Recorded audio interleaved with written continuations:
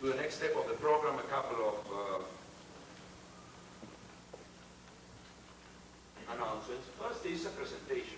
I should introduce myself and introduce the rest of the people that are going to be working this day and a half, even though you probably know them quite well, one way or another.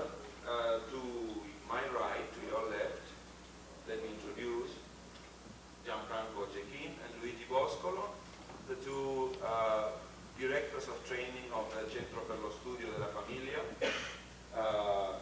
and the senior representative of the Milano teams.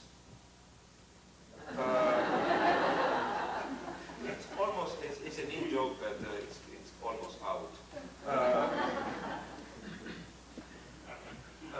To my immediate left, to your right, Duncan Stanton. Duke Stanton is director of a section of the Philadelphia Child Guidance Clinic centered mainly in alcoholism and in delinquency and other horrible things like that. But indeed his scope of activity has by far exceeded that province, and he's an active writer, theoretician, and teacher in the field of strategic and systemic oriented intervention. To my far left, your far right, is Dr. Paul Václavic, MRI research associate to MRI since many years ago, and I'm sure that all of you must have read books of him, and certainly I have, and I've learned a lot from his ideas and from his friendship. And finally myself, I'm Carlos Lusky.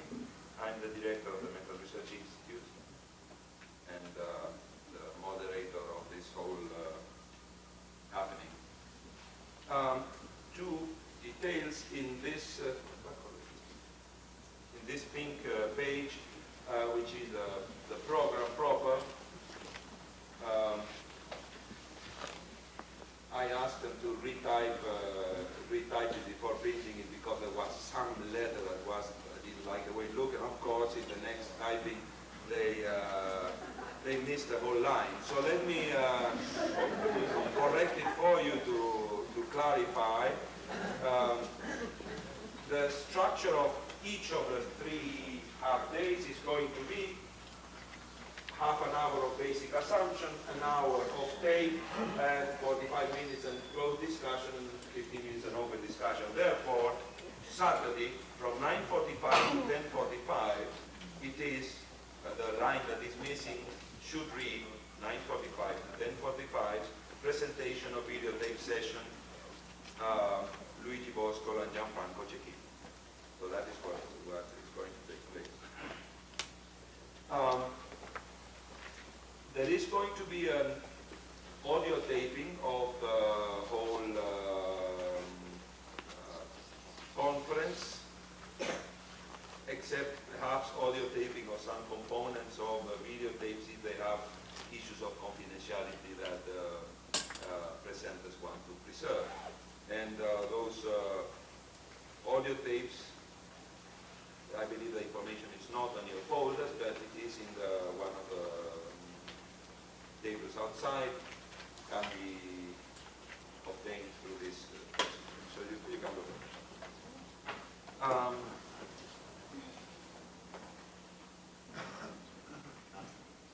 That covers my own introduction. I hope that it's going to be stimulating and intellectually rewarding for all of us, and it is our responsibility to make it that way.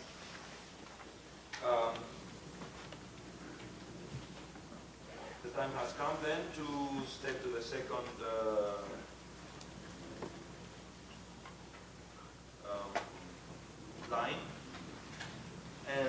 request Luigi, Boscolo, and Gian Franco Ceccini to present the basic assumptions of your model. And let me see if this machine is after all working or not. Yes, please.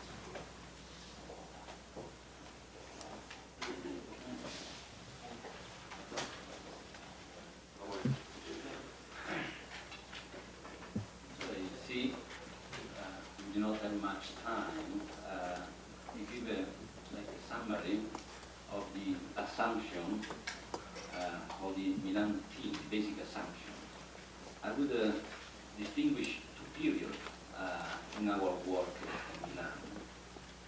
The period from 72 to 75, and then from 75 on, the second period. The first period, the book Paradox, a counter-paradox, is a synthesis of the work we have done in this first period, and I would say the paper, among all the others, who best illustrate our basic assumptions of the second period is hypothesization, circularity, and neutrality, 3 guidelines for the conductor of the session. And we'll start to talk about the ideas of the first period. From 67 to 72, we work in Milan with families and couples using the psychoanalytic approach. And we changed in 72 because we were not very satisfied about the results. We got interested in work of the Palo Alto and children, I would say, or the MRI, say this. The basic book, the most important one in the first period was Pragmatics of Human Communication, and then Strategy of Psychotherapy by Haley. As I said, in 72 we were in 4, Ceccini, I, Salvini and Fratta, and we had to struggle to decondition ourselves from the language, psychoanalytic language that we used before, and also from the psychoanalytic theories.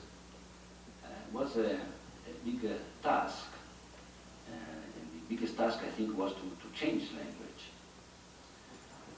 One of the things we decided to do is, for instance, instead of work, to use the verb to be, is to use the verb to show, in order to see connections between behaviors, between family members. To step from the linear causal epistemology to a circular epistemology, we found very useful the change of a verb. Like, for instance, instead of saying mother is depressed, like depression is something inside the mother, no? Mother shows to be depressed. At the time, we asked Paul Vaslalic to come to supervise us, and they came 3 times. And it was very helpful. He stayed behind one-way mirror. He watched us working. And I think that period was characterized by a strong push for being purist, for trying to free ourselves from the linear causal model, from the psychoanalytic model, and to try to be as pure as we could. So I would say we imitate plainly what we read in works that come out from the Palo Alto school. And what's interesting is in this first period that we did not pay much attention to what we were doing during the sessions, to the conduction of the sessions. We just asked questions, we eventually made hypotheses, but we were all concerned after the session was over in the team discussion to find an hypothesis and eventual interventions to break the rigid, repetitive pattern we could see in the family. Now, I would sum summarize now the 3 or 4 basic ideas we had, that most of them were coming from, as I said, Palo Alto. One is that we consider a family as a self-regulating system in which there were rules that had formed in time through trial and error. And we are very keen in trying to see what rules regulated the behavior of the different family members, and eventually to find intervention that could change these rules.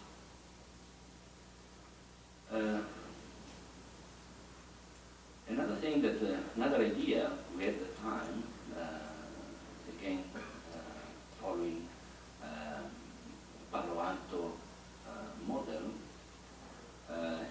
which was mostly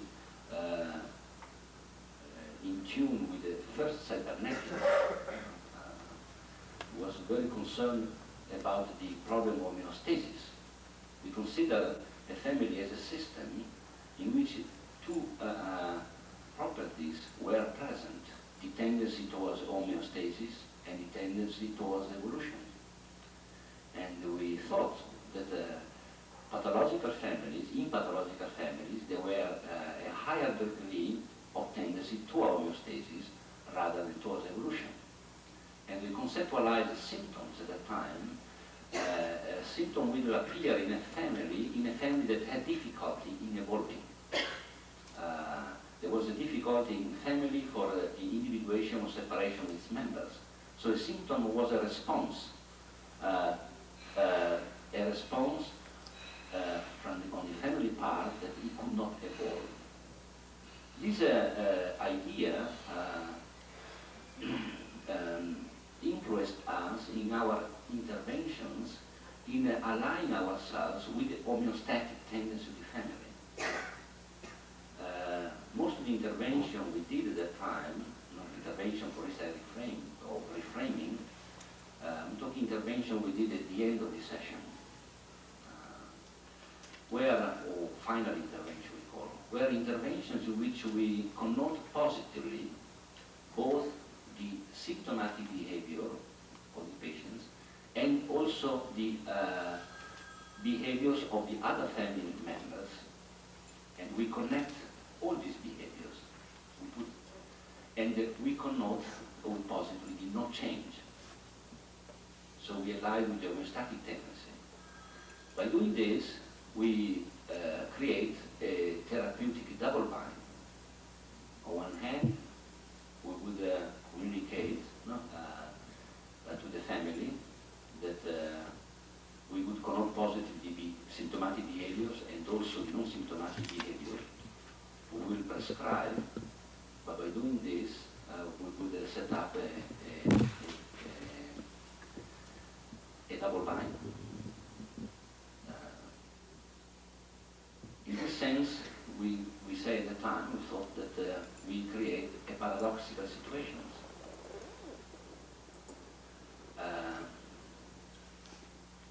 Another idea at that time, which we borrowed fully from the Palo Alto group, was that we were interested only or mainly in the present. Being psychoanalysts, we were very interested in the past. That was another effort. So what we tried to see when we saw a family is to see a symptom as a message, cannot but provoke a reaction. And the reactions, we saw the reaction as maintaining the symptomatic behavior, and the reaction about the other family members, maintaining symptomatic behaviors. So we tried to see the rigid repetitive patterns around the symptomatic behavior in the present. We are not interested in the past, we are not interested in the why a symptom will appear, but we are just interested in finding the repetitive rigid patterns. And what we try to do when at the end of the session the team will discuss is to try to devise interventions, either intervention reframing or behavioral prescriptions, which were prescriptions given to one of the members or two of the members, behavioral prescription that had the effects, or they could have the effect of breaking this repetitive pattern. And then when we would succeed in this, and the symptoms will disappear, then we felt that we had finished our task as a therapist.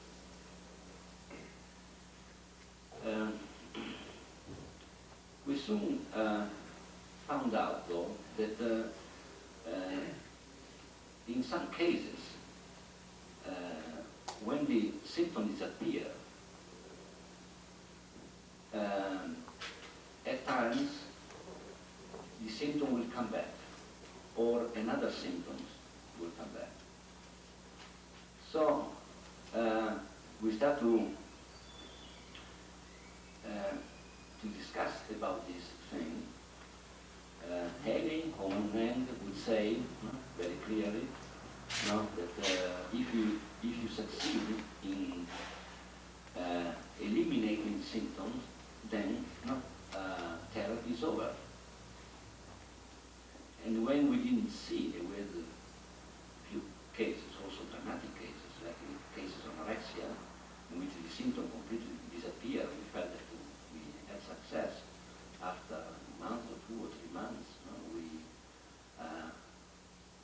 either the anorexia did appear again, or another or a worse symptom appear in the patient or in another member. So at that time we start to question, are the psychoanalysts right when they say, and the accused also, the people who are concerned just to cure symptoms?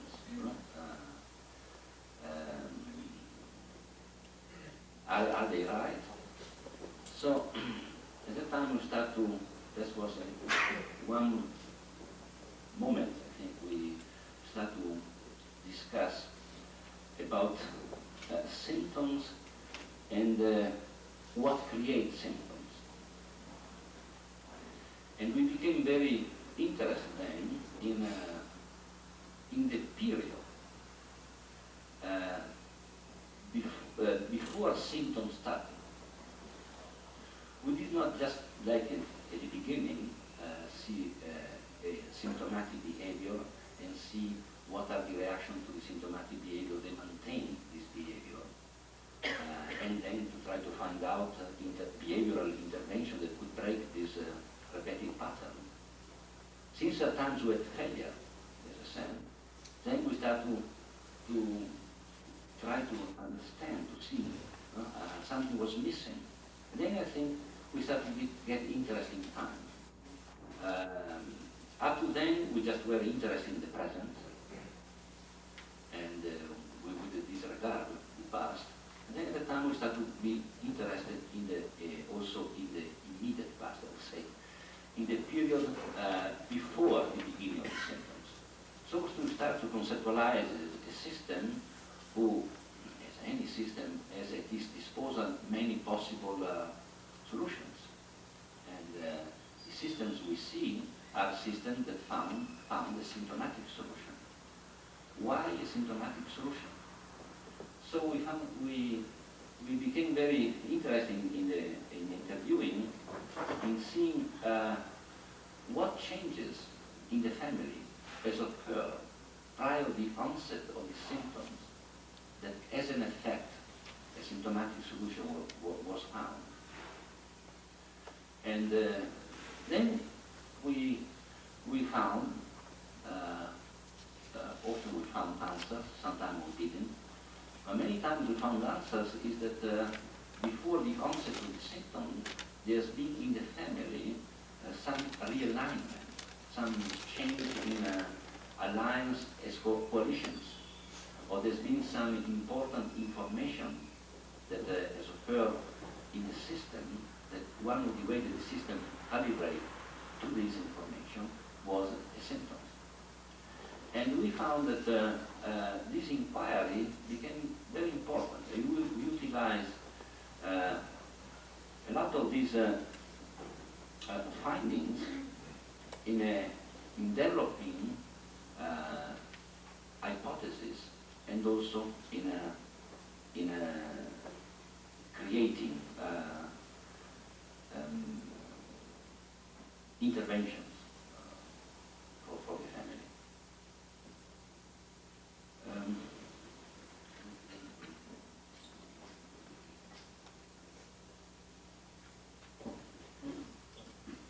Now, another important development that we had after 75 or 76 was that we started, Luigi and myself, to start to do training. We decided that we knew something about what we were doing, we thought so, and people were asking us to be trained, so we decided to accept people in training. And then a new phase began there, because suddenly we found out that for years we've been looking at the family, no? as an object to be acquired, to be studied, no? To see the system is the family. And we ignore slightly the system therapist, because also we thought that we defined ourselves therapists already before even starting family therapy, so we thought we knew everything. So we were very safe, because our definition of psychoanalysis, psychotherapy was very well established. So, but when the students came, they kept asking questions about what we are doing. Because the students were not looking at the families, we were talking about the families, the students were talking about us all the time, no? Looking at us. What are you doing? Asking questions, and the family, they all were transferred, they say, their relation was to us, not to the family. So we are in a position where we had to respond to the request of the students. And so they were asking a lot of questions, what we are doing, what we are not doing, what attitude we have. And then we started this idea of studying the therapeutic system, studying what we are doing. No? And then so we understood that every question that we make is an information. Every attitude we have is introducing something in the family. And the thinking that the therapist has determines what thinking you are able to transmit to the family. So we found out that our teamwork is important. In the sense, teamwork is very essential. First you see a family, then the team has to cure itself somehow from linear thinking, for all the wrong ideas they have about the family. During this process of curing itself, through discussion, through criticism, through offering of hypotheses, then when you reach a point where you understood what is going on, then you can face the family, and then you can be effective. So there is a whole game somehow that first the therapist has to meet the family, have a contact with them, then to be cured by linear thinking, let's say. We began to assimilate linear thinking with pathology. I don't know if it's a correct thing, but it's very useful kind of tool, method. More linear thinking there is in a system, more possibly pathological is, possibly in distress. Actually, pathological is the wrong word. So the therapists, if they are also thinking linearly, they are not in condition to help the family. So there is all this game somehow between the therapist trying to think linearly and then transmitting this new thinking to the family, which is a therapeutic game. So we found out it's very important, the team discussion, discussion in the team. So we spend more time sometimes discussing the team than talking to the family. Most of the time the family are there waiting, they wait for the team to get cured. When the team is cured, then we can say something. So that's what we find very, very fascinating, this kind of work, because it becomes something that we are learning. So first the therapist has to learn something, and then the family can be influenced in some way. So we found out that for the family to change, the therapist has to change in some way too, in the process. And now we're working on this problem, this situation, which is the most interesting point at this moment. So we develop a few things. For example, after we show the family, we make some exercises. For example, we get a team where we say now we divide in 3 or 4 groups. And each group try to blame the mother of his family. Let's try to explain everything blaming the mother. No? Another group we do everything to blame the father. And the other we blame the child. Another we blame the therapist. They try to be to self-prescribe total linearity. Through this kind of process, slowly we found out we begin to think in simpler terms. We have had new ideas about how the system was working. You know? And so it was a sense of relief for a therapist. The therapist felt better, and they were able to transmit in some way, to get ideas about what to do with the family too. So somehow having the students pushed us to examine the therapeutic system, and how important the therapeutic system is in relation to the therapist. And so every time we see a family, now we are looking which therapeutic system has been there, who is there, who keeps the family in that position. So the idea of Dr. Omerstad that came up, that there is a member, usually a therapist, a helper, somebody in the system who help the family to remain the way they are. And we have to address to that people, to this element. So all the work has been now in, say, how can a team think circularly? Another idea that we are using very often is the one also of separating the team two levels. No? One is to prescribe linearity to ourselves, and the other to have two therapeutic groups at two different levels. One group is watching the family, for example, two people with the family, two people helping this family, and then the other group, the observation group, outside this notice 4, and making comments from distance. So the therapeutic group decides everything. They have their own origin of hypothesis, they have their own intervention, and then the observation group will make comments later on when the whole session is finished. And there we get ideas at different levels, and then we see the developing of continuous hypothesization and circular ideas about what's going on, and it enhances the creativity of the team. One thing we understood that the therapist, in order to be a therapist, has to be creative. You cannot teach therapy in a booklet of interventions, intervention number 1, number 2, number 3. So it's impossible. Every family, every therapy has to be a creative action. And to do that, the team has to go through this kind of exercise. So now we are at this point of our research, our experience with the Milan group.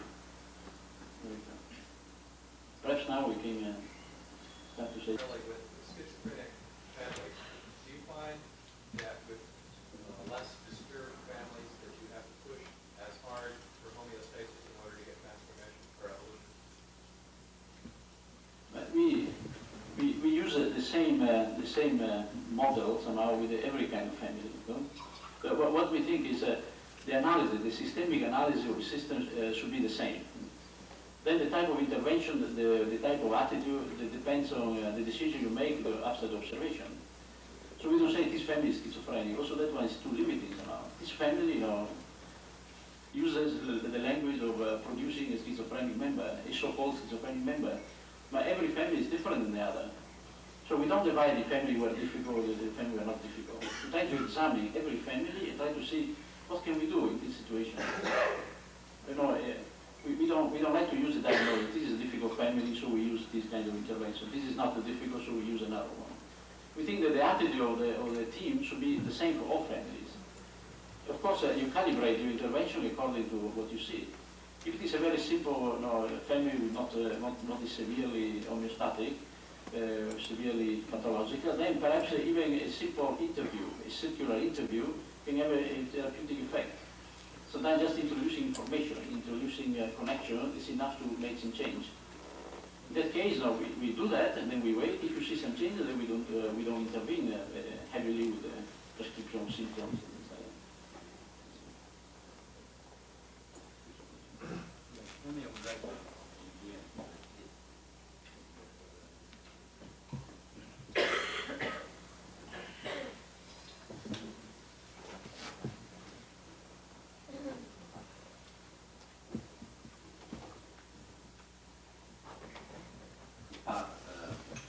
Segments of a session we did in Calgary in October 1980 on a family composed of father, 46 years old, employed in a small firm, mother, housewife.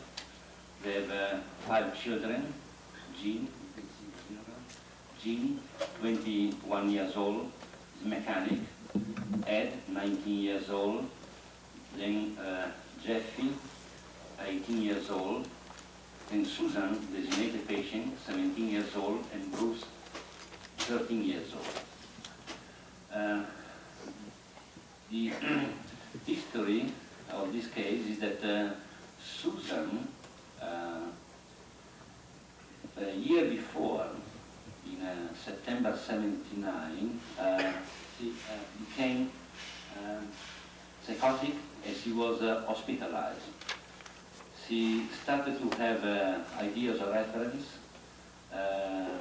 delusions, then somebody will be killed in her family, Florida delusions, and she was hospitalized. She's been on and off in the hospital ever since. Now, before we saw her, just before, she had been for a month in an adult unit. She had been discharged from the hospital, she had been in an adult unit, she had been under medication, and from the hospital, they decided to send her to the Family Therapy Center in Calgary for a consultation. Since we were there, we went to do a workshop, we saw the family. Now, the information they gave, the doctor from the hospital gave us before we saw the family, is that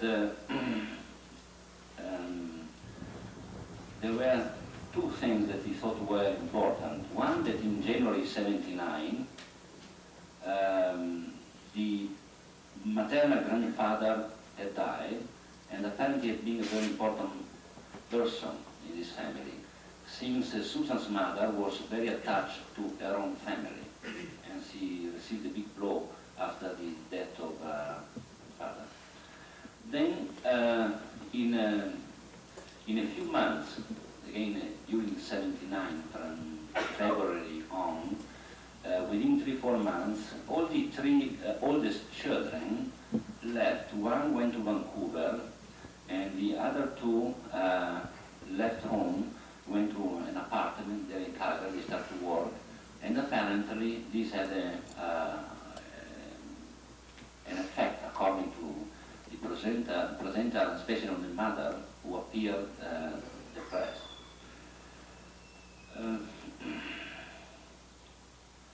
We just start to see the beginning, show the beginning sessions. I would like to point out two things before showing. We are very keen in seeing and looking at the analogical communications during the sessions, and especially the redundant behavior. In this session, there is an interesting redundancy, I would say, that during the session, the father, then the three oldest sons, at times, they leave the room. They say they go to the bathroom, or they say, excuse me. And who stayed during the session, for the whole session, is mother, Susan, and Bruce. Which is interesting. This information made me make an hypothesis and ask questions, and it came out that lately, in the past year or so, Susan and Bruce had become more homebound, while the boys became more instead outgoing, going outside. Actually, they moved out. And father also, for many years, he often goes to, not in the evening, outside, he has some friends, and sometimes he tells the children that you should stay with mother because no, she's so alone at home. And another redundant behavior, which is fairly characteristic with, especially in the case with the schizophrenic member, is that when I ask questions to Susan, usually somebody else answers for her, like mother or father, and I have to stop them, which is interesting because what is interesting, the position of a person like Susan, or like a psychotic member in the family, that when he talks, he communicates, the other members of the family don't listen to him. presence of another person, they answer for him. And they perpetuate, I would say in this way, the isolation of the designated patient. As a matter of fact, at the end of the session, I had to struggle just to talk to Susan, to struggle to prevent the parents from answering for her. I would like just to start to show just to give a flavor of the first 5 minutes of session. So the woman has to stay there somehow. The idea that she must be more triangulated. This is a general hypothesis. And during the session, I try to see if there's material that can confirm or not this hypothesis. Now we'll go on to other few minutes. When we ask, we make a hypothesis, we find cues, for instance. So cues within the family. For instance, one of the cues was the mother looked depressed, while all the other members of the family, besides the designated patients, did not look depressed at all. So I took that cue and I tried to make all kinds of circular questioning around these mother depressions.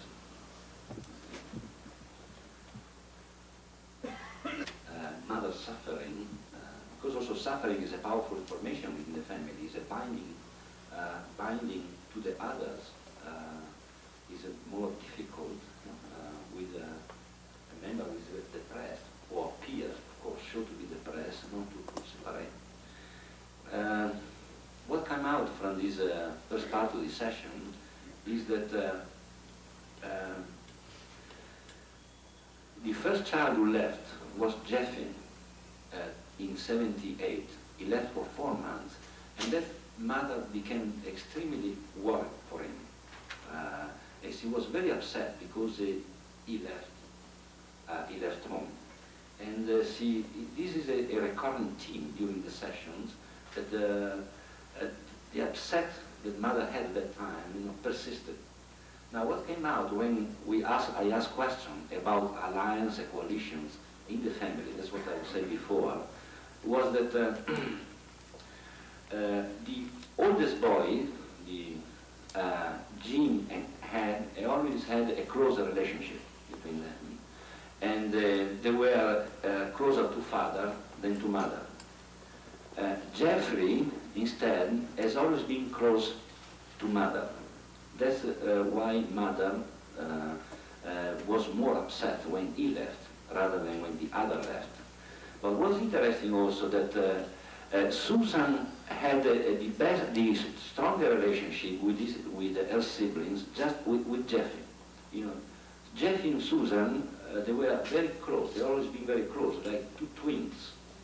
And when Jeffy left in '78 for those 4 weeks, mother suffered, and also Susan. Susan was left alone. Now, since then, there is another things that happened. The father death in the beginning of '79, and then, as I said before, throughout '79, all the first 3 children left home. And Jeffy became close to Ed and Jim. So from the '79 on, Jeffy left mother, the connection with mother, and also Susan, became very connected with his brother. And as an effect, Bruce became more homebound. So there is being establishment of a triad there, mother, Susan, and Bruce, the subsystem, and the other one, father, Jeffrey, Ed, and Jim, another subsystem. This information has come out, made us develop the hypothesis that somehow Susan got very close to mother and became very homebound. She helped mother in doing the homework, in trying to lift her mood, but she did not succeed.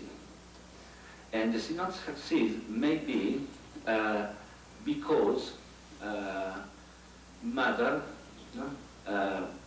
preferred Jeffrey, or she was not clear whom she would prefer. So all the attempt of Susan to help mother getting out of depression failed. And the more she tried, and the more she failed. I'd like to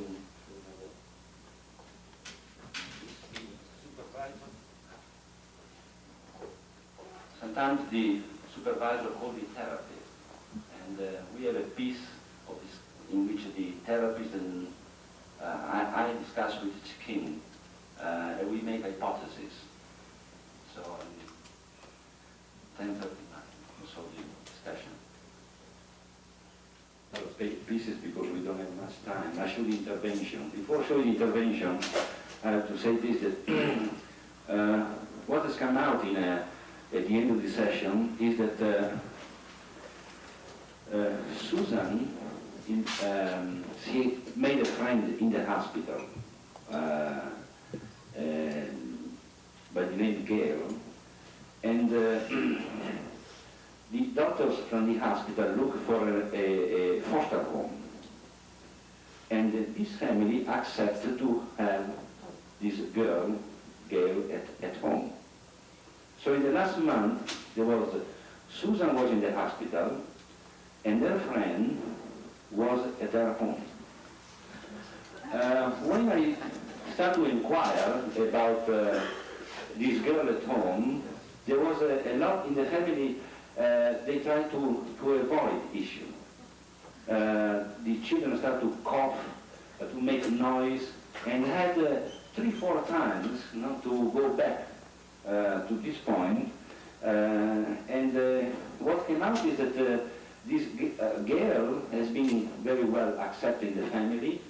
She helped Susan's mother, and as this came out, I asked Susan how she felt. She said, I feel like dying. She was thinking about suicide, and lately she had actually she had attempted suicide 2-3 weeks before this session, and we made the hypothesis, which was fairly clear, that Gail, as she was taken by her family, Gail went to sleep in Susan's room. Then Susan was left with nothing. I mean, she was thinking about dying. So we decided in intervention to talk about this. Intervention, because we don't have much time. Our conclusion, as I said before. We'll start by saying that we are very impressed by the fact that you are a very close family. You've been always a very close family. And when the boys, the oldest boy, start to grow, they got in their teens, adolescents, and they start to move out, then there was some sufferance in the family. We saw mother who started to be very worried, first with Jeff when he moved out, feeling that he might not make it, that it was too early, and then mother, when she started to suffer about boys starting to move out, then father also started to suffer because he saw mother suffering. He started to get preoccupied about the suffering of the mother. And this is related also to the fact that you're a very close family, because in a very close family, it's harder to see when people start to get older and leave home.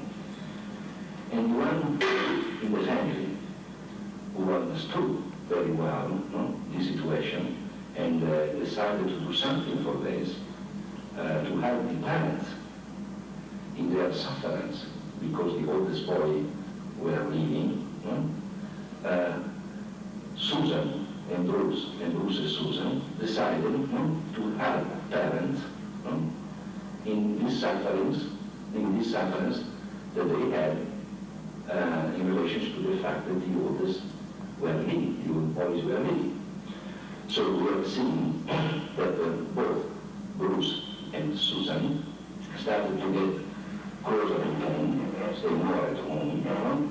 Susan started to even leave the school, slowly, and to get at home, helping mother, also grows, trying to lift her mood, try to learn how. They took upon themselves the task of saying, to help the parents slowly to adjust to the fact that the boys were leaving. And from what we have seen, they almost succeeded, because we see that mother, as Susan had said, and also others, mother started to feel a little bit better, Also, those other mothers started to feel a little better.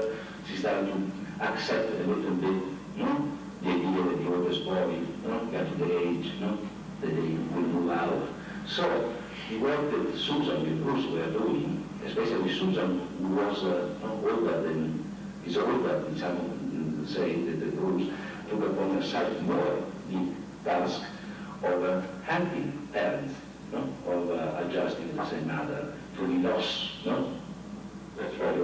or the boys leaving. So she started to stay more at home, help out mother, helping also in the chores of the house, try to console her, with the hope that if she would console mother, then mother would feel good, and the father would be less occupied, seeing mother happier again. But unfortunately, what happened in January 79, there was a big blow.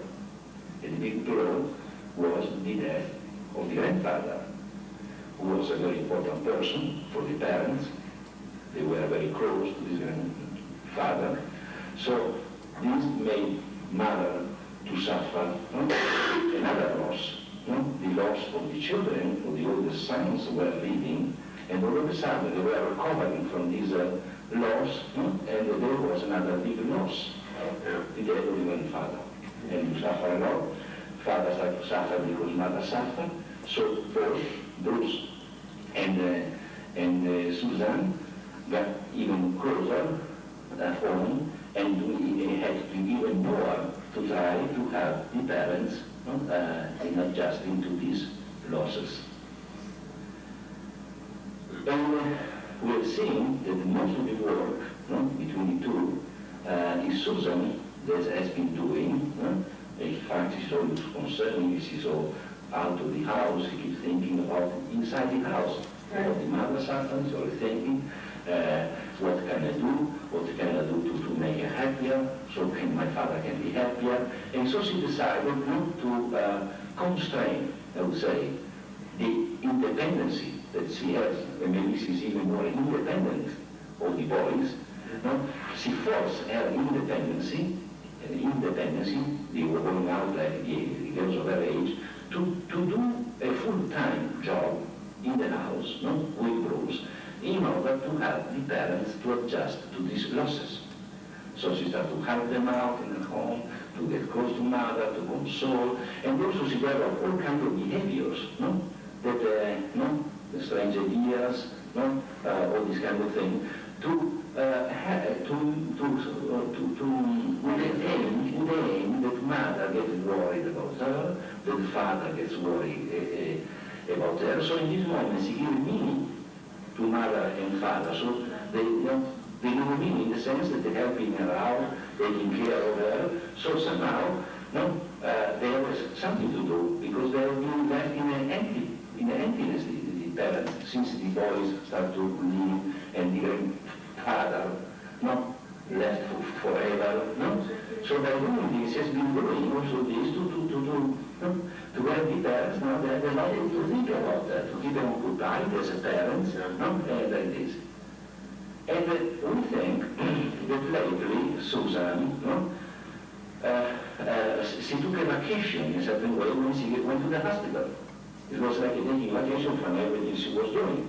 But even when she went to the hospital, as we have seen Susan, she kept thinking, at home, my mother sad, my father sad because my mother is sad. And she also managed, Susan, to have no, a friend, Gail, no, she managed, and she was happy in the beginning to have while she was in vacation in the hospital, so vacation from this task. So vacation from this task, yes, Gail can come home, no, and taking her place, no? And we think, Susan, that your parents normally don't need it that much. You already succeeded in making them or feeling less lost. In fact, they start to accept the boys, no?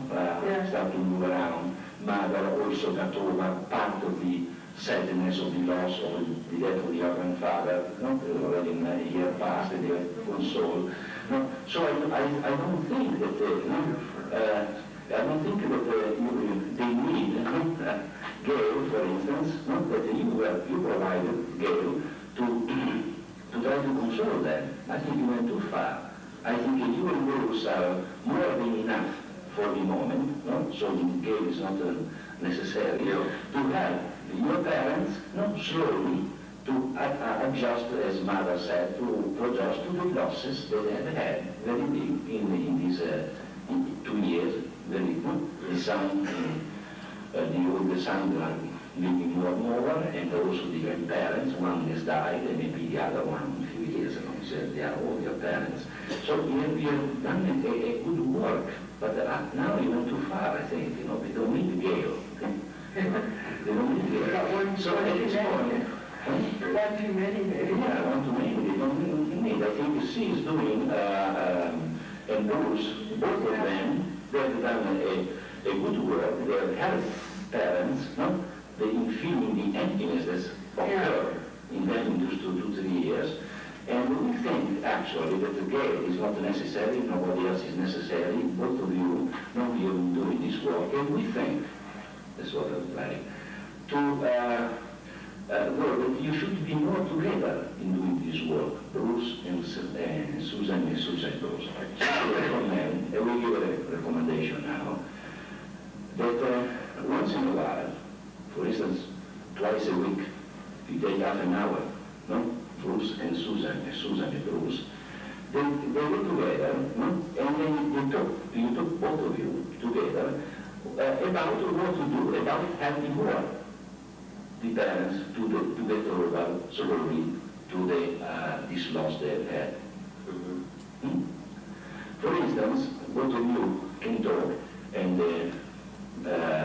for instance, also try to help father to help mother. To help mother in close family. Because all the sons don't need your help.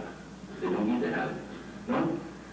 So, both Bruce and Susan Bruce, they should get twice a week, for instance, for half an hour, to discuss together what can we do now to help our parents, no? To get over slowly, no?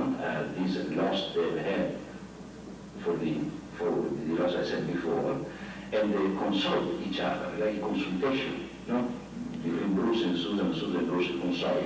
For instance, now that Susan is in the hospital, you should go to the hospital, no? To see her. No? And also if you're with your mother, you leave her down, no? And then for half an hour, you and Susan, you talk together, and you make the point of the situation. How is the situation now?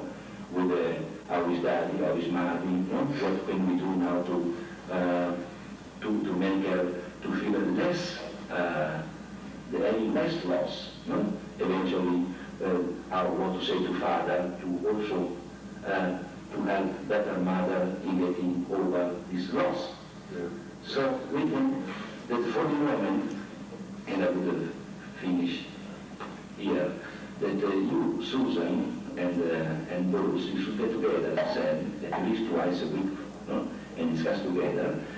And we don't not think that you need other people, like Gail or other people, because I think you already have helped them, no? And you are helping them, well, take some time, no? But I think both of you, no? Are helping them.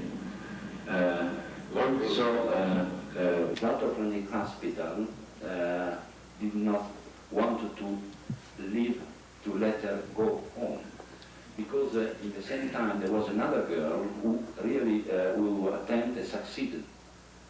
suicide, she killed herself.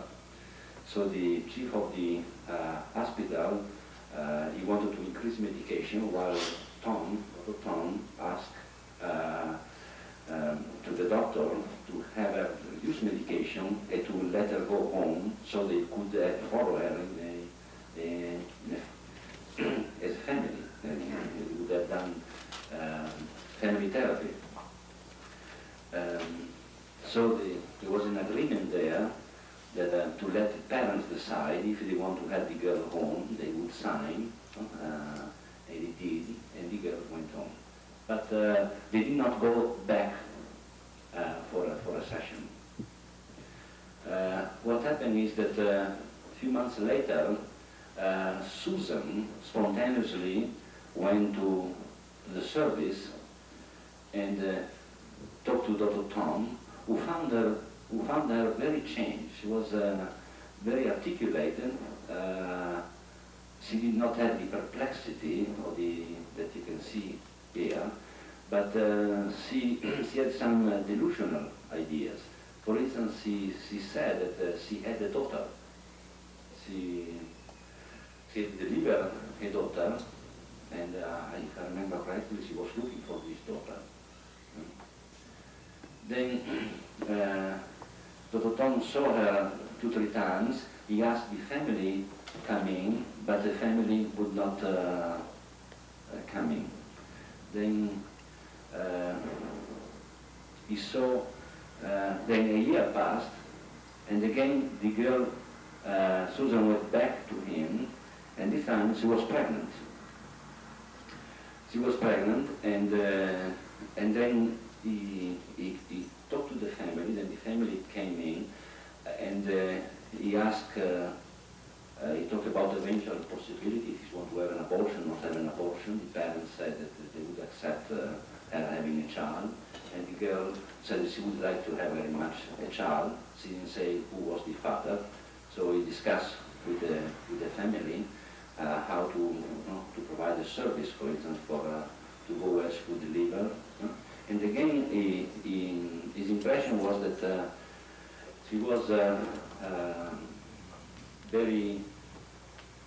she was articulate, clear. She did not have the characteristic behavior of a psychotic behavior. Though there is some work to do with her. One thing is interesting is that when she went to him a few months ago, the second, third time she went to him, she asked to see the tapes. And this tape was shown to her. And when she saw this tape, she made big laughter. She laughed very. And she said that I can't believe when I was questioned at the time. All those questions make me, for the first time, see myself different from all the others and the others from me. So before I felt that no, I was the same as all the other brothers. All the other brothers were the same as me. All those questions, he said, that they made me see my brothers different one from another, and me different from them. That's one comment. All right, let's make a 15-minute break and then we'll reconvene. Step of the program, however, is a discussion that will be centered on the people from this side of the boundary, simply because of order. And then we'll open the discussion for the rest of you. So, any comment around this?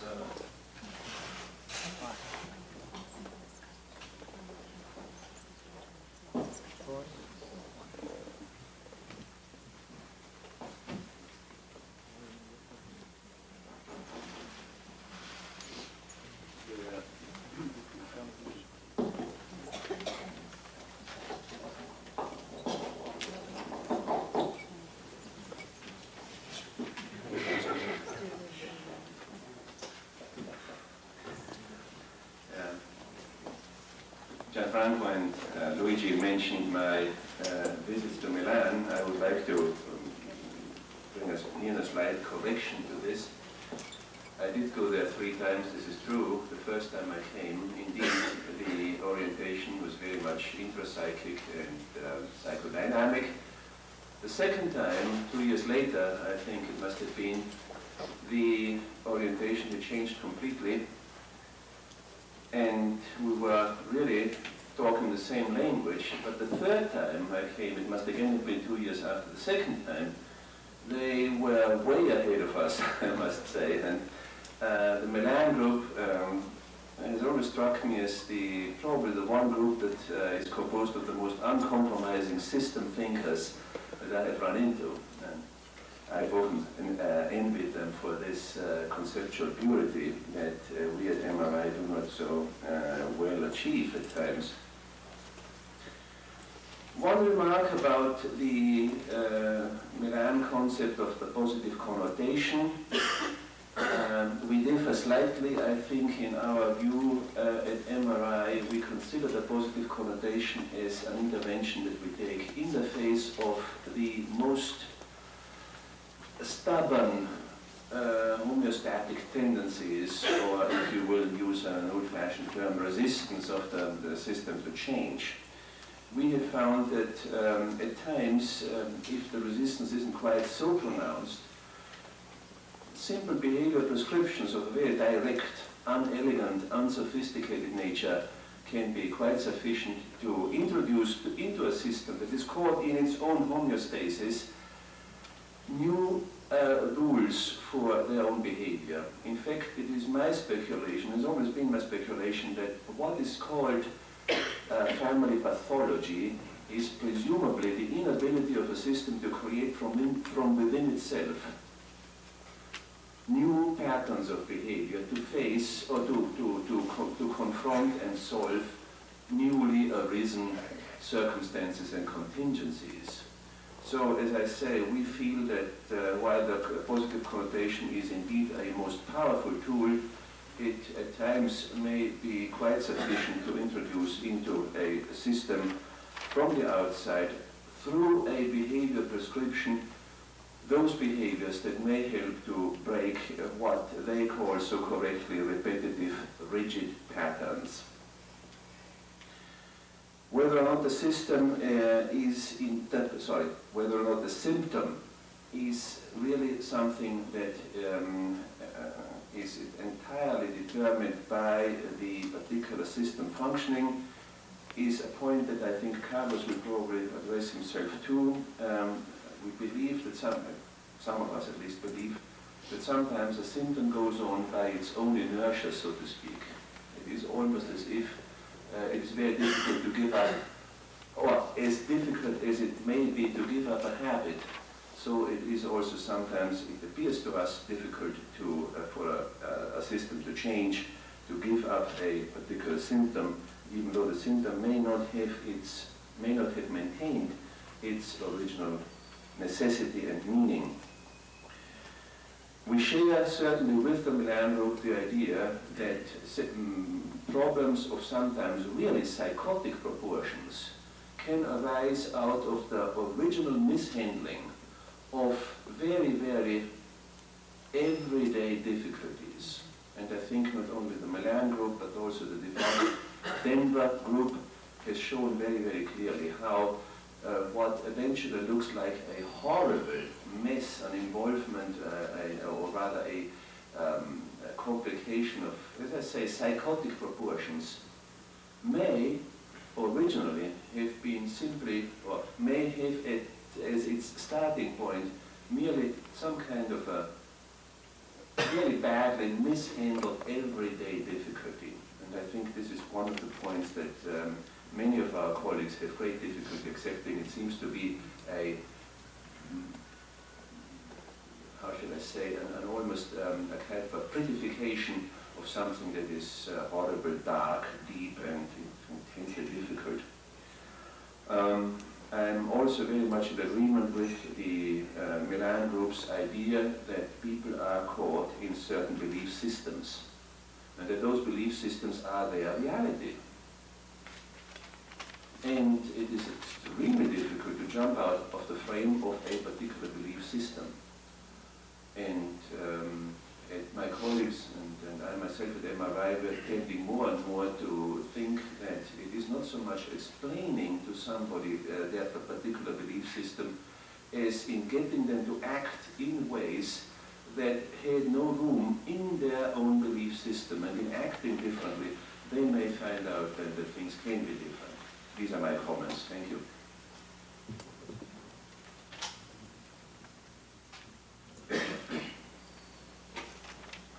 Paul struck on one of the things that for me will provide us with a sort of a huge question mark in the form of a cloud throughout probably this time. Well, I hope not, but I could assume throughout this meeting and others of why some families from relatively innocuous events develop symptoms and get into perpetual, quote, dysfunctional patterns and why others do not.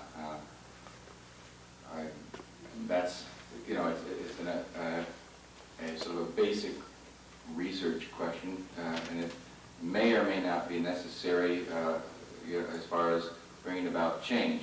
But nonetheless, it is an important one, certainly if you're talking in terms of prevention, for instance, as opposed to secondary kinds of prevention and change that most of us here are involved in. Anyway, I just want to leave that up there to hopefully keep our anxiety at an appropriately high level. Just a couple thoughts on gaining influence in the system, getting control, and the interface between the interventional process, the interventional strategies, in other words, what is done actually by the therapeutic system, those people within it, versus how they perceive it.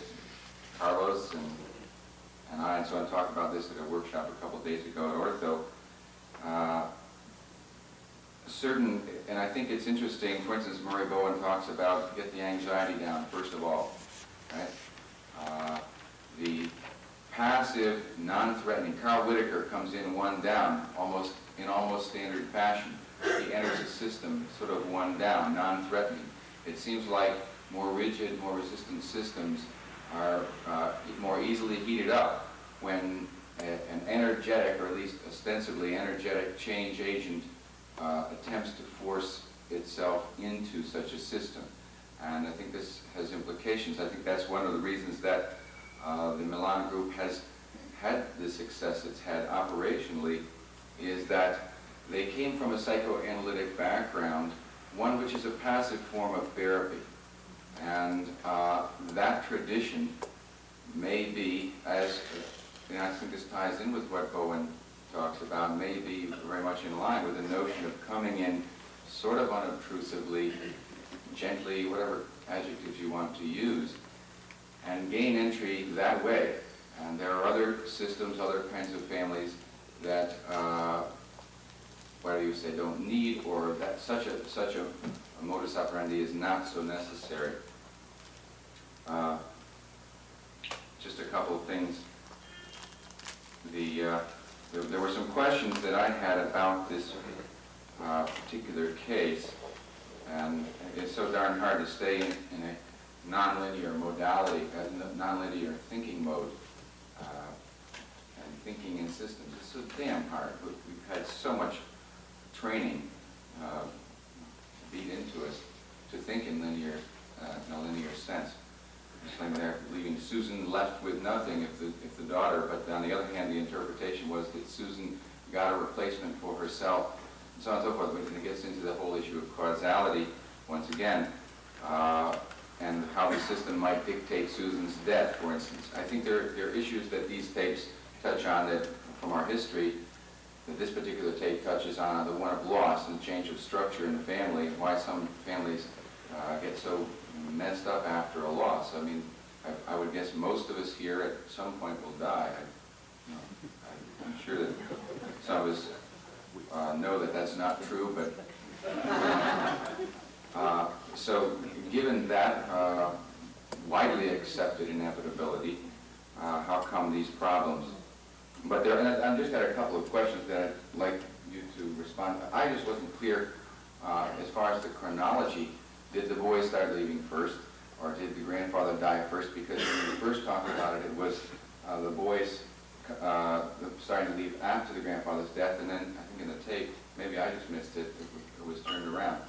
And another question I would have is about the death of the aunt, and whether that part of the system was something you'd want to pursue further. So getting down to specifics. Make notes.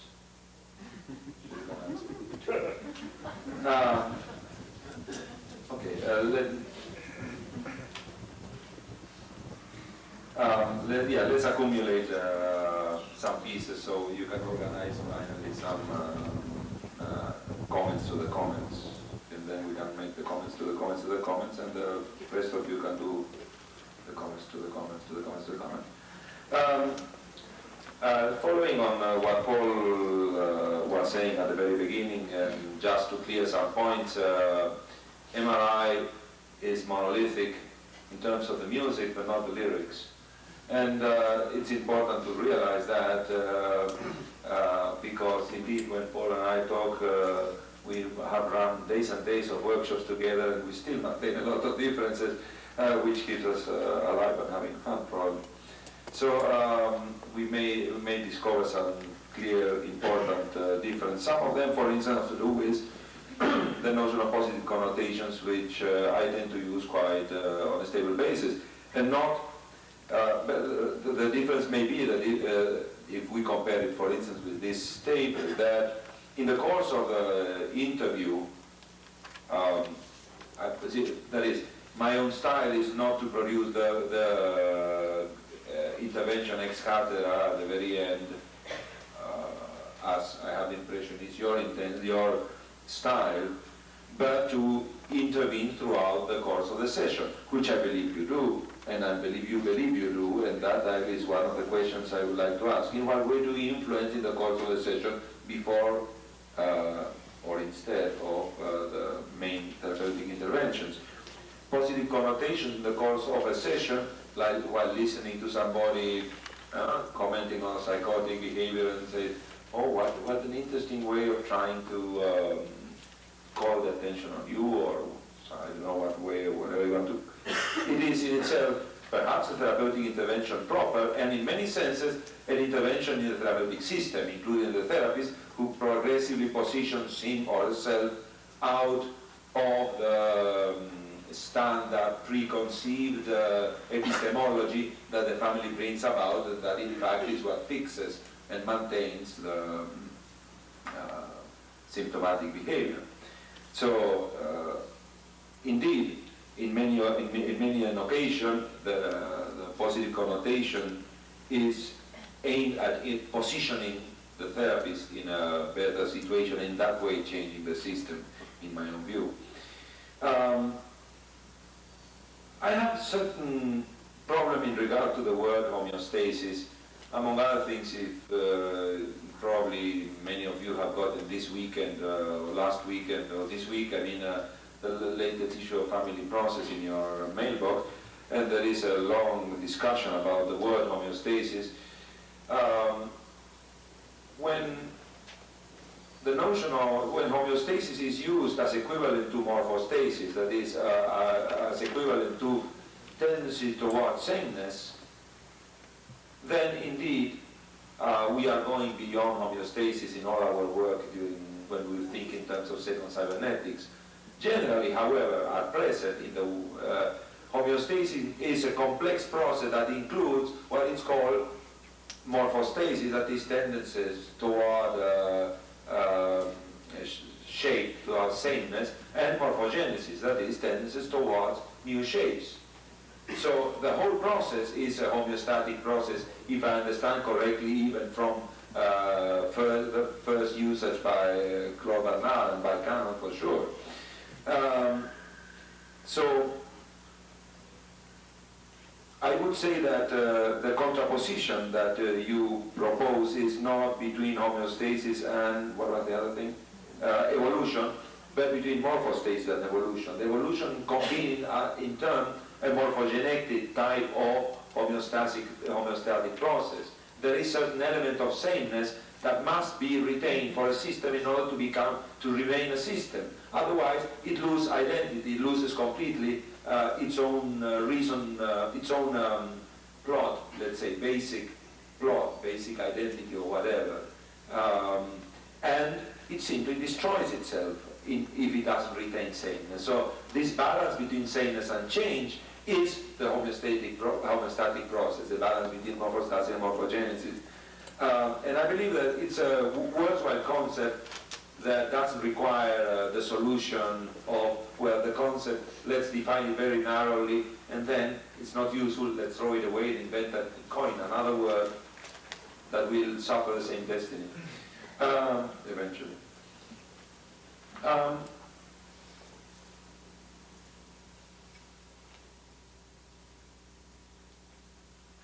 In terms of the question, one point that puzzles me, I find very interesting in your work, is the one related to your interest in what creates a system, as the symptom, the time history variables, what precedes the symptoms, etc. That you, Paul, in turn already commented that another way of looking at the whole thing is defining psychotic solution to pedestrian problems as the problems of the family, or if put in some other way, that the origin is always sort of pedestrian origin. That is true if we are quite linear and reasonably punctual in that definition, in turn. What is the problem then? The problem, or what is the attempt solution? If the attempt solution is the problem, then we are talking about rules of procedure in the system. And therefore the problem is the way certain rules that the system utilizes in order to process or not process certain needs for change, for instance. If that is the case, the focus is not the problem proper, but the rules of procedure, which is in fact what is in the music, again, to use that analogy, rather than in the lyrics of the hypothesization that you do. I was very interested in this whole orgy of hypothesis, as you called it, as a phenomenal exercise that was so importantly footnoted when you made the comment, attenti. Let's not take it seriously in the sense of, we are not attempting at describing retroactively, retrospectively reality. We are just toying with alternative ways of organizing a jigsaw puzzle. Yeah? The jigsaw puzzle has the elements of the history of this that they bring about. They bring about a certain picture of the jigsaw puzzle. We take the pieces, their pieces, and we organize a completely different, several different pictures. Each of those pictures is, after all, a hypothesis. It has the advantage that we are using their pieces, not our pieces, and therefore it is familiar to them. And it has the advantage that it is our, or reorganizing it, therefore we provide an alternative frame. And if it is true that that jigsaw puzzle was the ideological law or the ideological reminder of their reality, then we are introducing a substantive change. Let me clarify a bit what I mean. History, their history, is what supports their view of reality. We very gently, as therapists, reorganize their reality, almost as if taking for granted, of course, you, daughter, are sacrificing for papa, and you two little, the youngest kids are doing this and that. It has nothing to do with the reality as they brought. However, it has to do with pieces of their reality. It is reorganized in a completely different plot. This completely different plot is a different ideological background. It forces them to see reality different, or to respond to reality different, to operate with different rules. And in that, that is, in my own view, the essence of the change produced by this reorganization, the production of the hypothesis. And again, the fact that it is effective doesn't make it more true. That is, there isn't any at all. I assume, and I'm questioning also. I assume that you don't suppose that because you get the effect that you seek, which is to unstuck people from a symptomatic solution, that means that it is more plausible, that hypothesis, than any other hypothesis.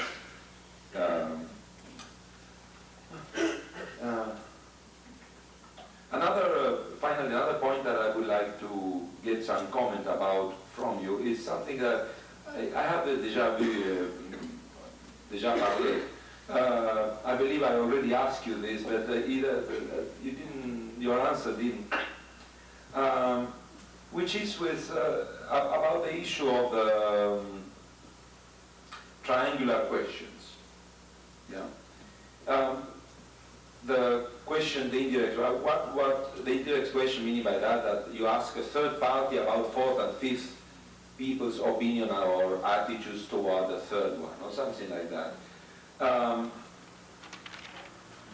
I, just out of interest and admiration for you and interest to play alternatives, I tried it several times. I find either I didn't understand it or it doesn't fit my own style. But I simply don't understand what, or let me use my word. Do you propose that as a tool that in turn has any therapeutic value per se, or is it just a modality of exploration, as many other modalities of exploration, like a non-structured interview as opposed to a semi-structured interview, which would be a type of very fixed mode of making the questions. It is my assumption that some of the things we do them because of stylistic reasons, and then sometimes some therapists, I don't say that you do that, some therapists transform them, find a rationale for that and transform them into a theory. I'm sure that there are some aggressive therapists who come in and bang, and start punching the family in the nose, and then because of their own style and their own, they can organize sometimes paradoxes by punching him in the nose while greeting them at the same time, this type of untenable situation. And then eventually you end up having the punch in the nose therapy school because it becomes a rationalization of the style. So I have my view is that the majority, great majority of the therapists act from a one-down position, and that is not a mere stylistic thing. There are conceptual reasons for defining the one-down position as a powerful position, but many variations within the field may be stylistic rather than conceptual. Okay, that's it.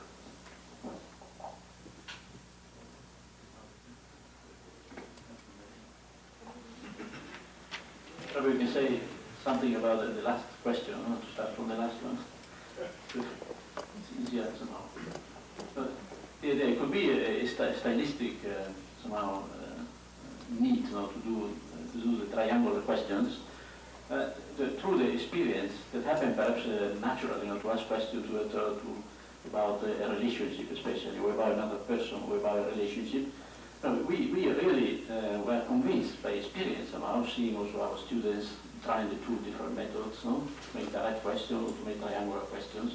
Triangular questions, they produce much more information. They don't produce data, but they produce information. Because what we are looking in the system is information, not data. We are trying to have a very clear idea in our mind about the difference. If we ask a person what he thinks, his feelings in this situation, we get a lot of data. Data is not interesting. If somebody says, no, I don't like my kid, something that, I don't know, I'm fed up with him or something. So this is a data which doesn't make sense, is not information, if we don't put in relation to something else. And for example, what a mother does, she describes what she does, becomes a data when we know what is doing, what effect is on another person. The best thing to ask is this other person, to ask him, how do you feel when your mother is doing that to you? Then we get an idea of the informative value of what the mother is doing. But I think we get even better information when we ask a third person. When you see mother in your sister, you know, act in that moment, how does your mother behave, how does your sister behave? And then we get the information at the higher logical level in some way. We get a couple or an interaction which becomes an information to a third person. So this is, you know, it gives you many more ideas about what is going on. It gives you information instead of data. That's the impression we have. Like when we ask a kid, how do your parents get along? You know? Then it becomes an information also for the family. That being a couple is an information. It's not an experience. It's an information. Being a couple is information to the children. So we are interested how the children see the couple. We are not interested how the couple is. No? If we ask the couple, how do you get along? What is your marriage? What do you think about the future, the past? No, we don't get information, but we get data. If we ask the kid, no, how do your parents get along? We get an information. Parents getting along is something that interests the children. No, we're not interested in how they get along. We're interested how their coupleship somehow becomes an information to the children. So we experimented many times to try the two different ways. But when we don't get anything out of a family, usually it's because we don't ask triangular questions. With triangular question, immediately you get something more. No? That's a very clear experience, based on the idea that everything is an information, and we want to keep it that way. But if it is for us an information, it becomes an information also for the family. No? So we get also to the problem, what do we do during the sessions? During the session, we try somehow to introduce information in the system, which means to introduce the sense of relationship, relatedness. Any behavior doesn't make any sense if it's not connected with another behavior. So every time somebody describes something that they are doing, immediately we ask, what happened to your sister when you do that? We ask the third person, what does your sister do when your mother is doing that? And then we get the sense of relatedness. We get it, the family gets it. And then the circularity of the interaction. So by doing that for an hour, keep asking this question, somehow we get an idea of the interrelatedness of the system. Also the family gets an idea, not at the conscious level. We don't believe in the conscious level, but somehow we introduce the concept, the experience, we don't know which level, that everything that happens is connected with something else. So we never accept that Susan feels bad. So who found out first that Susan feels bad? We ask the brother, mother and father are upset about Susan. Who is more upset? And then we get the idea of differences. And here we go back now, that information is a relationship, is a difference. Based on beta zones concepts. So we ask always about relations and differences. We get the information, and also the family gets information. After we do this work for an hour, in which somehow all the ideas that the family had, they were all linear ideas basically. They have a very linear explanation of what's going on, without sense of relatedness, because everybody comes with somebody who is sick. The sickness is not related to anybody else. We have a couple who is not related to what the children are doing. The children are doing something not related to the couple. Everybody is unrelated. By asking questions, everything becomes related in some way. And then the family is ready. It's ready to get this reframing, this coming in with a new hypothesis, totally different than the family has. A hypothesis which denies completely the linear thinking that they have, introduces a totally different explanation with a positive connotation of what they think is negative. When we say positive connotation, it's only a change of frame. Usually families come in with a linear thinking, which also is very moralistic, which also includes badness. Sicker is a family, a more sense of badness and guilt is going on in the system. We try to introduce circularity, and so we have a family to come out also of the linear thinking and a sense of being bad. Positive connotation is a circular thinking. It's not a positive connotation of one symptom or the other. It's a positive connotation of the whole system somehow, that everything makes sense in relation to each other. And when everything is circular, you take away the moralistic point of view, and you take away a sense of good and bad. So that's the concept that we have. I would like to add to that what Paul said to me, the pathological systems are systems that cannot find new solutions. They are stuck in the same solutions. And I do think the circular questioning, the triadic questioning, introduce a circularity. we see the family, especially very pathological family, they are, each member has his own explanatory map about his behavior and the behavior of the other members of the family, which usually is a linear causal. And this questioning, triadic, and also is important the velocity. Sometimes being fast, asking fast questions, triadic questions, has the effect, as Ceccini was saying, introduce connections, and so that family members can have different maps without the therapist introduce a map. We try to avoid as much as we can, no? When you said you make intervention during the session, we try to avoid as much as we can any interpretations, any meta-communications. Somebody has called our interviewing as the Socratic method. We just ask questions. And there's through these asking questions that we get information and simultaneously this information to the family member. So they can get unstuck also the explanatory map they have of their own reality, of their own relationship. Now what is interesting, another point I would like to make is as a therapist, I think we like very much when we see changes to think that was the intervention we made produced a change, or was a specific question that produced change. We cannot say that. I think often the change is triggered by question that we don't think was that real question that introduced change. A family has a history, it's a long history, it's an organized complexity. And when we say that is an intervention, a specific intervention made the change, I think we can never be sure. With some other questions, for example, the problem of attacking the belief system of the family or the behavior of the mom. There are always the two schools. So people believe that you have to change the behavior first, then people change their thinking. Then you have to change their thinking, and then they change their behavior. So now we feel that the thinking and behavior are not so separated. It's impossible to behave and not to give an interpretation of your behavior. It's impossible not to think.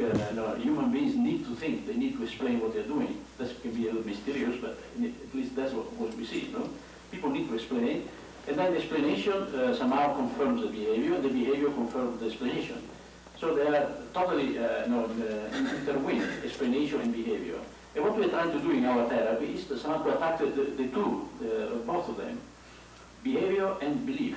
Remember, in the first session, we work very much in the belief system. We try to get a hypothesis, to try to introduce a new idea that makes sense to them.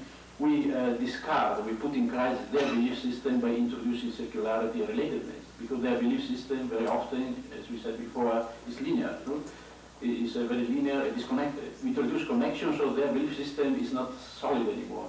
It's in a vague, unstable situation at the end of the session. Then we introduce a powerful new system which has to be accepted because it's positive. And then, if we see a little change, and then we work with the change in behavior, and then we prescribe rituals. So now we have to do this and this. But we believe the two things go together. We never know which one starts first. If there is a belief system that changes first, or is a behavior changes first.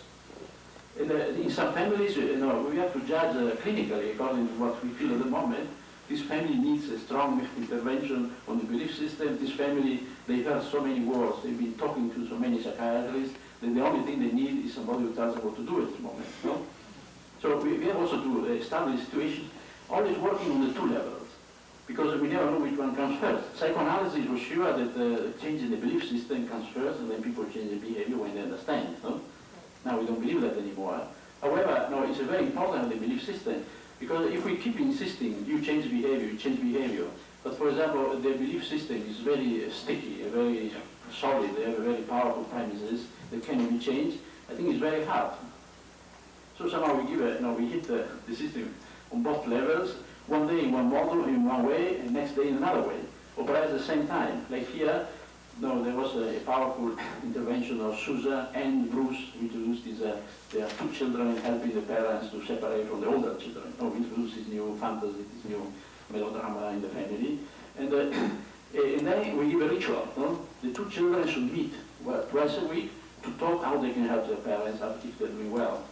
We give some kind of prescription, behavior prescription, thinking that if the two children get together, without the interference of the other people, we begin already to create some alliance which is not there in the system, because mother has been separating the children one from another. They never be able, the children, to be together. So each of them is doing their own thing separately. So no, we work on 2 levels at the same time.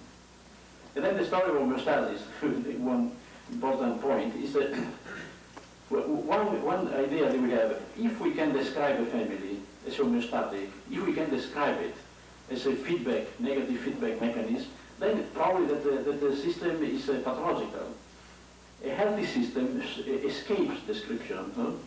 If you're able to describe it perfectly, then something's wrong with it. So in some way, when we're able to make an hypothesis which is very consistent and explains beautifully what is going on, then we have a system which became rigid and mechanical. Our explanation tends to be mechanical. If we have a good explanation, probably the family is stuck. No? If a family escapes our explanation, probably it's a healthy family who escapes this kind of being imprisoned into an explanation. So it's very sticky or difficult problem there. This last formulation was so elegant that we should stop here, but no. We are going to spill over 15 minutes over our lunchtime in order to open up the discussion for the rest of the members of this group. So, any comment, observation, question? Yes, sir. I have a question. In the 1978 book, you said that it had been your experience that that it is best not to break the family, see less than the whole family, because it tends to threaten the family and they tend to terminate treatment. Except in situations with children under the age of 3 and children who've been traumatized by prior psychiatric experience. I know that since then we've been seeing subgroups of the family.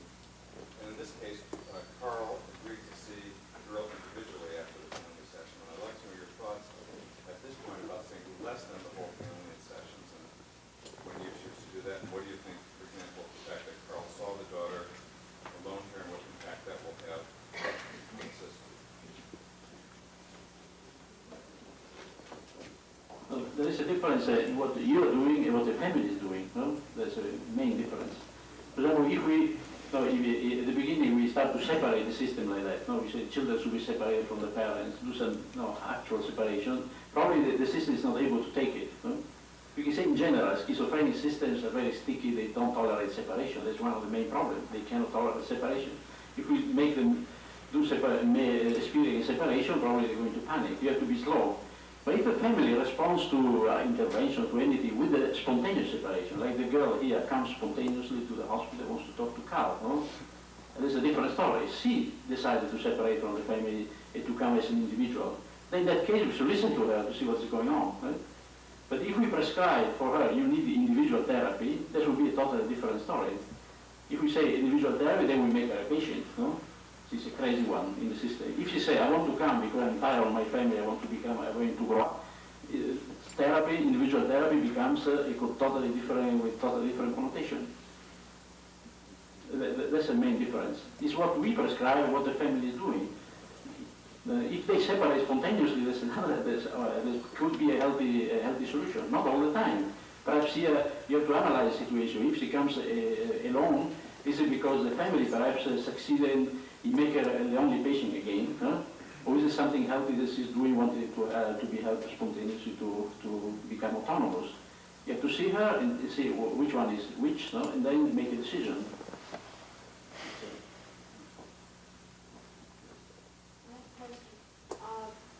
What do you do with families where there's some kind of a dangerous behavior going on, like spousal abuse or other things that? So, in the cases, here, the whole problem of neutrality, no? So if you... Could you repeat the question? Now the question is, what do we do in cases where there is violence in the family or child abuse or incest, no?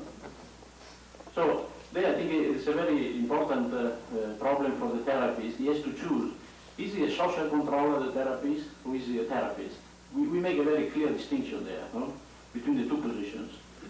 The social controller is a person who tries to make people behave, no, somehow try to correct the extreme behavior which need the attention of the society. Police gets involved in this situation very often, sometimes psychiatrists. Our belief is when you enter in that position, to be a social controller, you cannot be a therapist. For us, therapist is somebody who can examine the system from a meta level, introduce information to help the system find their own solutions. But if you're called by the police or by the social system to enter a situation of this type, which requires legal interventions, which would require to define the father as a bad one, or to define the parents dangerous for the children, in that moment you are a social, operator, you are a social controller, you are not a therapist. So in that case, we prefer not to enter into the system, to let the system be handled by somebody else who can assume that position. Or if we assume that position, then we accept the idea that in this moment I'm not a therapist, I'm a social controller. It's like when a patient comes completely psychotic into a hospital and they require hospitalization, require medication, require to be locked up. In that moment, the psychiatrist behave like a psychiatrist. No, it's not going to say you're doing well, you're helping your family. No, keep breaking down the houses. No, keep burning down the. You cannot do that. First thing you say, you lock him up, you put him in the hospital, and then perhaps 3 days later you go to him and you say, look, now I want to find out why you, with your behavior, you compel me to behave like a psychiatrist 3 days ago. No? What happened to you? I want to see, perhaps now you ask your mother, your sister, everybody to come here all together, we discuss why you compel me to behave that way, Because at that moment I have to behave that way, I have no choice, because I'm paid by the state to do this kind of job. So I think in the incest case, probably we have the same problem. If it's a legal problem, then moment you're not a psychiatrist. I don't know if that's enough explanation. But if you have to intervene legally, in that moment you cannot do any therapy according to us. No, you have to do what you have to do, and then later on perhaps you can intervene and call a larger system and say, what happened to you that you make me behave this way? No? You make me behave like a policeman that I have to intervene to tell you what to do. No? Something must be wrong. And so you make a statement which is meta to your own position in relation to them. And then you start a therapy or a systemic level.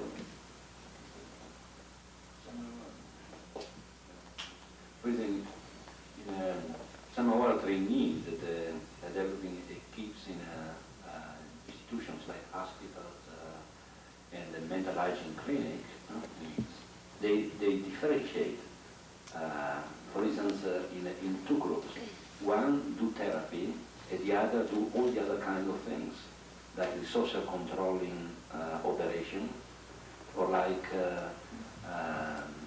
giving pensions or drugs or so they differentiate in two levels.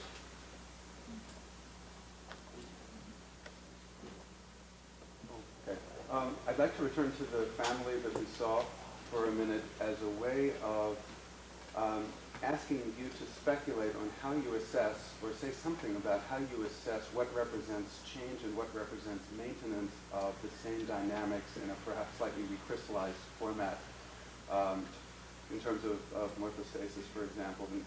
And that is, for instance, if we were to see the family now in the new situation in which Susan now is pregnant, thinking about what kinds of questions would you want to ask to assess whether in fact the family structure has now changed somewhat as a result of whatever it's changed as a result of, or whether it in fact is the same sort of structure and same dynamic but with a replacement symptom or problem. And what I found myself thinking about and talked briefly with Luigi Boscolo during the break is, as I understood what you were saying before, the symptom initially of presentation served several different purposes. It gave, when the psychotic break and so forth, and gave meaning to the family, gave meaning to the parents. Susan had this particular thing. And it also served to focus the attention on Susan and the concern of the family that she had been focusing on the family. So that's one area. A second area was the one of who can I trust? which was her first presenting statement. I can't trust anybody, and you can speculate about adolescence and upheaval of the internal hormones and everything else, as well as the brothers leaving, as well as what can I do? I try on somebody else's clothes, and that doesn't work figuratively as well as literally. There's no escape, really, and in fact, everybody's saying to me that there's no escape. I have to go back home. That's the message from your brothers. So then there's the prescription, which is, I think, a very nice one of the two of you should talk regularly about what more you can do to help your parents. And my hypothesis about the next event, well, one hypothesis is that one way that she figures out that she can help is to have a child, to provide another child. And there's several different attempts. One is, I've got a child and I can't find a child. And then a couple of different visits, and then in fact she does have a child, which may be her way of getting out. So the current situation, as I begin to sort of play around with this for myself, is in a sense, again, there's now the meaning for the parents that this new grandchild provides. So in that sense, it may be similar or it may be different. Who can I trust? Maybe I can trust this new infant, and who's going to take care of me, and who am I going to take care of in this whole sort of primary kind of relationship, and the whole notion of escape and what really represents escape and so forth. So I'm puzzled as I start to think about the family at this particular point. Is there really a change in the structure? Is there not a change? Is this just a replacement of one thing for another? And how would you begin to want to work with the family to try to find out and to assess, and what kinds of interventions might you make? I can just make an hypothesis, because the information I gave you about follow-up were given to me by Carl, who is there, if you want to add something. Say something, but last night, what the hypothesis I would make now is that there's been a change.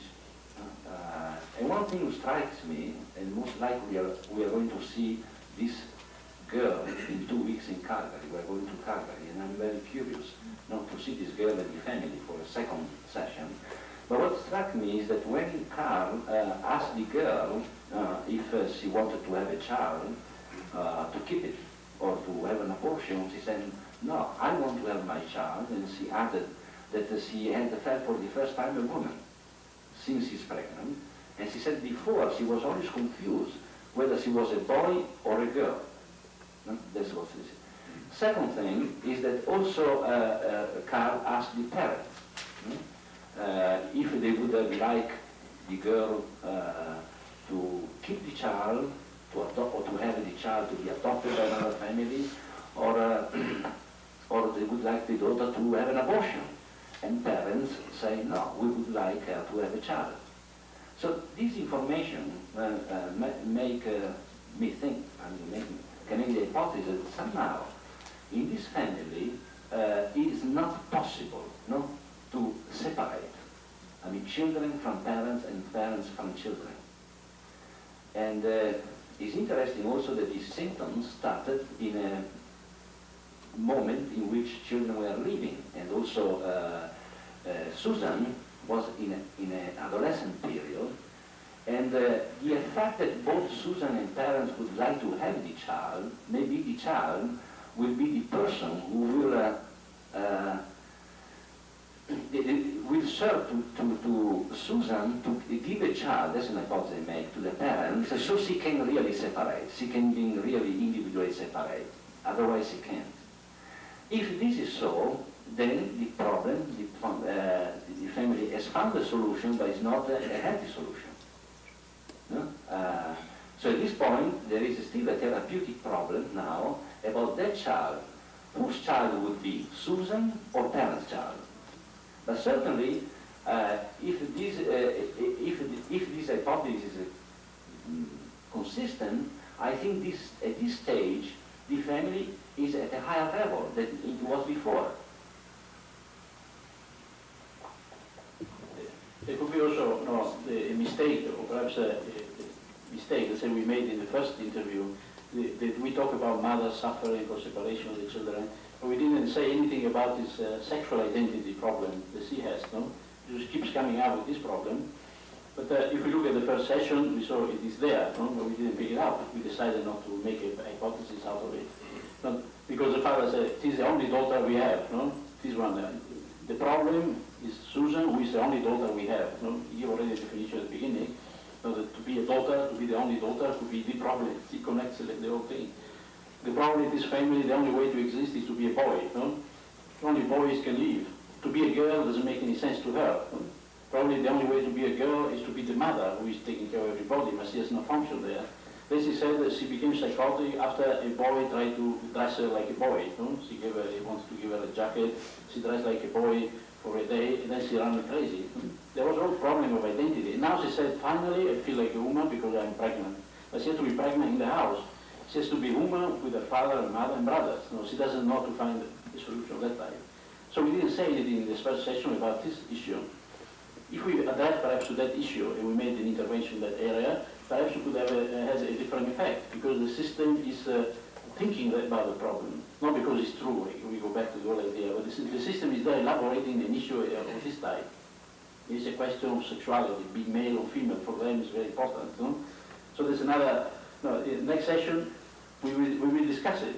How do we assess it? No, if what she's doing is not positive or negative. It's again asking questions. How does your mother react when you have a baby? What are your plans for the future? No? What are your brothers doing now? No? Is mother depressed? How do the parents get along with each other? No? To see if there was some restructuring in the system, to find out why she has to keep her remaining there. And then to see if the solution, making a baby, really is the solution to get out for her. No? If her parents are willing to accept a new baby, probably the baby should be a girl. That's another question. No? Probably if you make a girl, it will be different if you make a boy. No? Probably in this family, it may be a tremendous difference. Only if she makes a girl, probably she can leave. No? Because she got the girl once from the hospital, she picked up a patient, she gave it to the parents, no? And then you take care of them.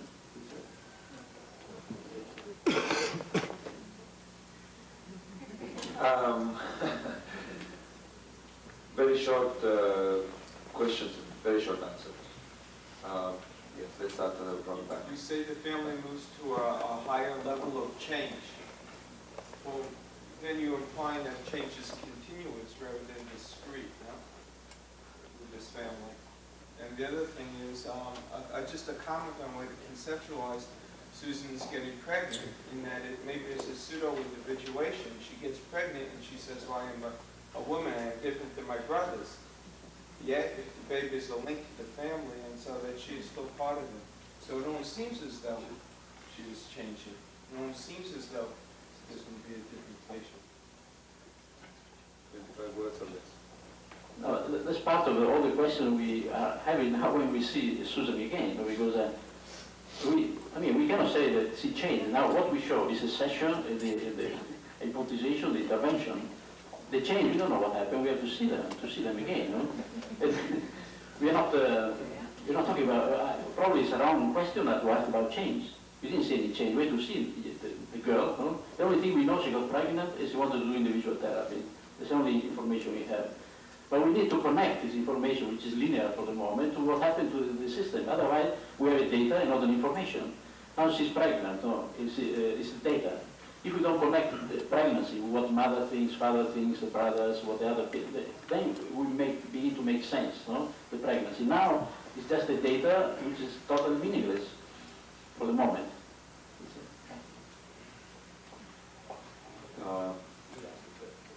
Yes, my question is about how the therapists help each other in the consulting role. And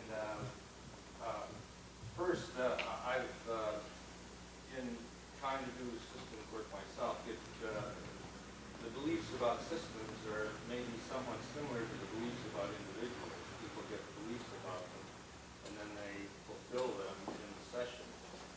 Now, if the MRI, not to say that it's better, but they intercede sometime during the process, sometimes to call in a suggestion to do at the time, so that you can see the results of a different belief in maybe asking different questions and directing information to get different pieces of the puzzle. Am I clear? Yeah, muy buenos statement on the question, but let's see if we can handle that The question. question is, all right, the question is, how do you break up the belief of the therapist who's going along a certain pattern that you feel may... We call him out. We call him out on average maybe at least once every session, no? Or twice in a session. We have discussion with the therapist, but we made a rule, which is important, that in team discussions, it is the therapist at the end who decided what to do or what not to do. Because otherwise, in the first few years, I think we had trouble because we did not make this rule. And usually the supervisors who are in advantage point, they have a tendency to push their ideas in the therapy, so the therapist could not become in charge with the family. So if you see the system like a family, therapist, and supervisor, so the therapist would become, how to say, is in a too fragile position, in a too weak position. And I think since we made a rule that the therapist is the one who decides, I think things got much better. Can I add something about that? It's a job of the supervisor to convince the therapist that he's wrong, right? Because now what we believe that the therapist should be convinced of what he's doing. We don't, for example, when you make a statement like that Susan is helping, I mean, we work it up in the session. When the therapist goes in, he believes what he's talking about, right? We believe what we're saying. Because in that moment it makes sense, it's consistent. The therapist should be convinced of what he's talking about. So there is all the trickiness is taken away. But if we tell the therapist, do that, because I tell you, that if the therapist is not convinced, it's not going to be natural, it's not going to be spontaneous in his questioning. So the job is to convince the therapist. If you cannot convince, forget it, we will try next time. So now the therapist, the supervisor should do therapy on the therapist, to help him not to get into nasty conviction or to adopt or to marry the conviction of the family. If you are trained enough and elastic enough, then the therapist usually accepted the suggestion of the supervisor.